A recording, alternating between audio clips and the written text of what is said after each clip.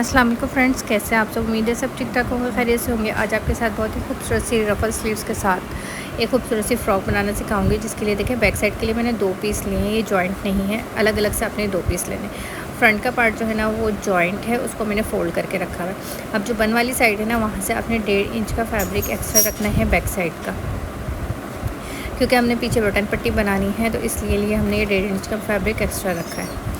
यहाँ पर मैं शोल्डर के लिए 6 इंच पर निशान लगा रही हूँ और 6 इंच ही मैंने आर्म होल लिया है।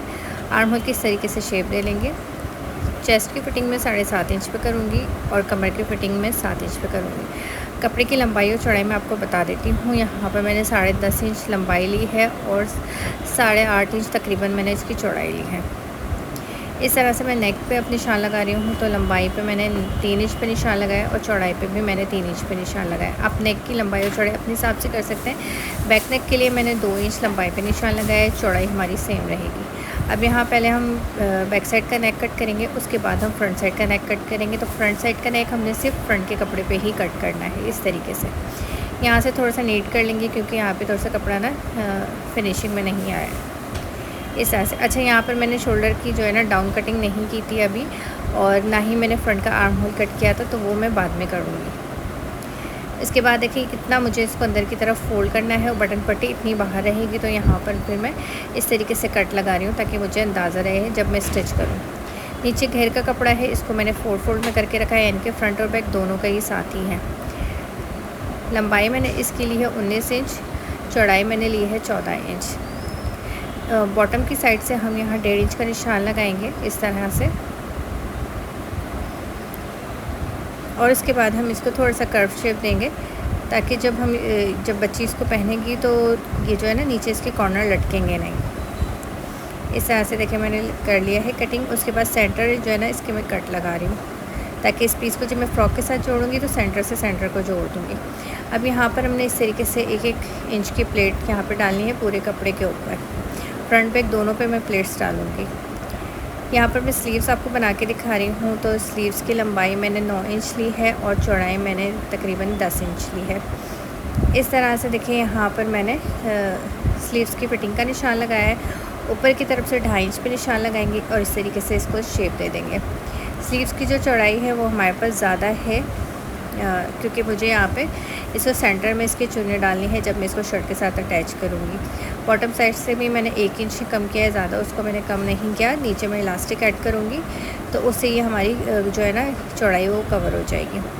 अब यहाँ पर मैं रफ़ल बनाऊँगी, तो रफ़ल बनाने के 2 तरीके। अगर आपने इसको पूरे स्लीव्स के आर्म होल के साथ अटैच करना है, तो आपने क्या करना है कि देखिए 8.5 इंच इसकी चौड़ाई है और 4.5 इंच इसकी लंबाई है। तो यहाँ पे 2.5 इंच पे निशान लगाएंगे और निशान लगा के इस तरह से कटिंग कर लेंगे। अगर आपने इसको पूरी स्लीव्स के ऊपर अटैच करना है और फिर आपने इसकी जो आपकी स्लीव्स की चौड़ाई होगी ना, उससे इसकी डबल चौड़ाई लेनी है, ठीक है। लेकिन मुझे यहाँ पे इसको सिर्फ सेंटर में जॉइन करना है। तो मैंने इसकी जो बॉटम साइड है ना, जो हमारी जहाँ पर मैंने 2.5 इंच का मार्क लिया था, वहाँ पे अब देखिए मैंने पूरा इसको कट कर दिया। सिर्फ इतना मार्क रखा है कि मैं इसको डबल फोल्ड करूँगी तो मेरा कपड़ा जितना जाएगा ना उतना कपड़ा छोड़ते हुए बाकी का मैंने इसको शेप दे लिया है। ट्राउज़र की कटिंग करते हैं, तो ऊपर जो नेकर होती है उसकी मैंने लंबाई 16 इंच रखी है, चौड़ाई मुझे 11 इंच चाहिए थी। यहाँ पे कपड़ा कम था, तो मैं यहाँ पे 4 पीस रखे हैं चौड़ाई के बराबर करने के लिए। 12 इंच पे निशान लगाएंगे, 2 इंच हमारा आसन का होगा और 10 इंच हमारा नेफा होगा। इस तरीके से देखिए 11 इंच इसकी चौड़ाई हो गई है। यहाँ से मैंने 8 इंच पे निशान लगाना है। अब कपड़ा क्योंकि मुझे यहाँ पे चाहिए नहीं, ज़रूरत नहीं है, तो इसलिए मैंने थोड़ा सा और ऊपर करके कपड़े को रख दिया, ताकि मैं अच्छे से इसकी शेप दे सकूँ। इस तरह से देखिए ऊपर और नीचे की साइड पे हम इसको शेप दे देंगे। ऊपर की तरफ हमने ज़्यादा शेप नहीं देनी है, ठीक है। हल्की सी बस मैंने इसको ना तिरछा करके कट कर लिया है। और ये देखिए कपड़े को मैंने यहाँ पे कट कर लिया है। अब ये ऊपर की जो गरारे का नेकर होता है ना, वो हमारा बनकर तैयार हो गया।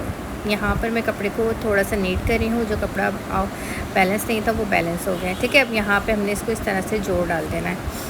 अब ये जो नीचे हमारा घेर होता है गरारे का, उसके लिए मैंने 17.5 इंच का यहाँ पे चौड़ाई ली है और लंबाई मैंने इस तरह से ली थी।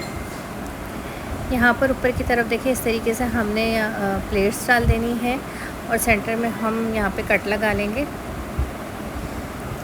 और ये इस तरह से रेडी हो जाएगा। यहाँ पे फ्रंट बैक की पट्टी को मैं रेडी कर चुकी हूँ। अब नीचे का जो घेर था उसके ऊपर मैंने प्लेट्स डाली हैं 1-1 इंच की, और इस तरह से देखिए आपने बैक साइड के ऊपर इसको रखना है।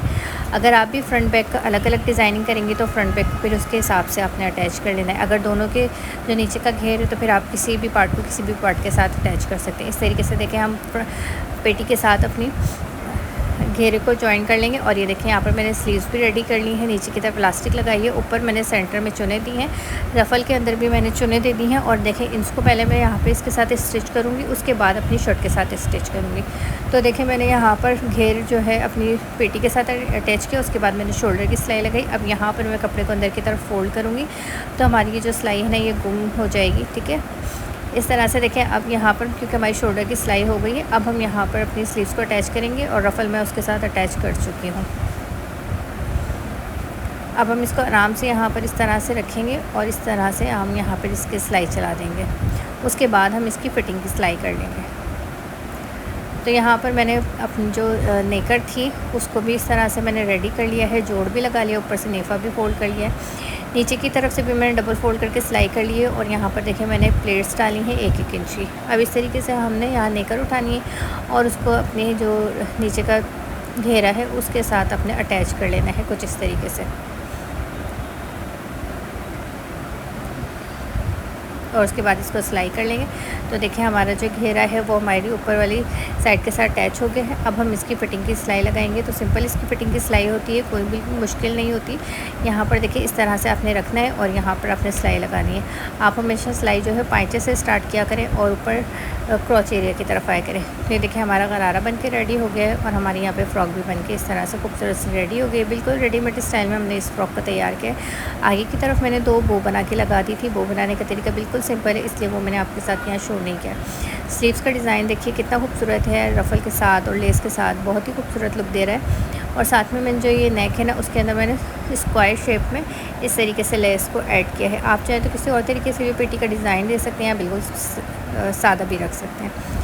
आगे की तरफ जो मेरी घेर है ना उसमें मैंने 2 लेयर्स लगाई हैं इस तरह से लेस की, जबकि बैक साइड जो है ना उसमें मैंने सिंगल लगाई है। पेटी के ऊपर मैंने फ्रंट बैक दोनों पे लेस लगाई है।